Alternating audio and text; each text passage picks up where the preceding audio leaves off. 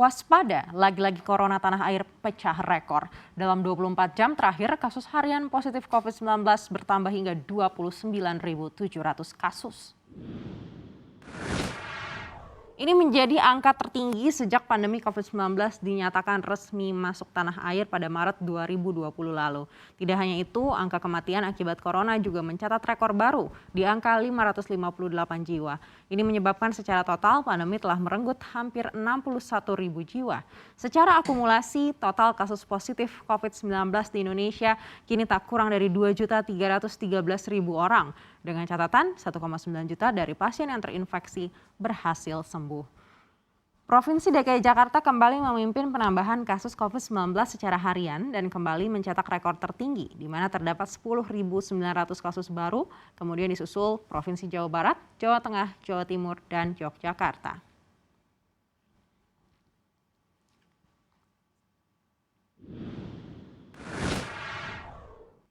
Persatuan Rumah Sakit Seluruh Indonesia atau PERSI mencatat keterisian tempat tidur atau bed occupancy ratio atau BOR di rumah sakit meningkat hingga 76% selama sebulan terakhir. Sekretaris Jenderal PERSI Lia Partakusuma mengatakan kenaikan 76% terjadi pada tempat tidur di ruangan isolasi atau perawatan COVID-19. Sedangkan BOR untuk ICU meningkat sebesar 69% pada periode yang sama. PERSI juga mencatat hingga 3 Juli 2021, BOR isolasi kini terisi sebanyak 98.835, sedangkan BOR ICU mencapai 9.233. Tidak hanya itu, PERSI juga mencatatkan lebih dari 1.000 dokter hingga bidan meninggal dunia di tengah pandemi.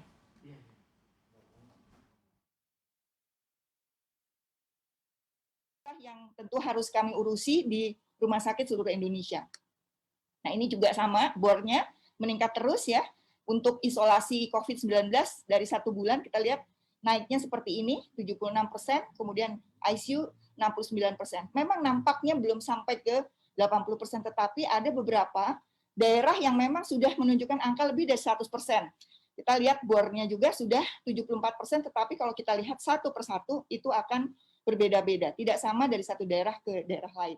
Hampir 1.031 pejuang-pejuang kita telah gugur ya, dan ini kita telah melayangkan juga minta perhatian khusus kepada Bapak Presiden agar ini adalah darurat dan kritis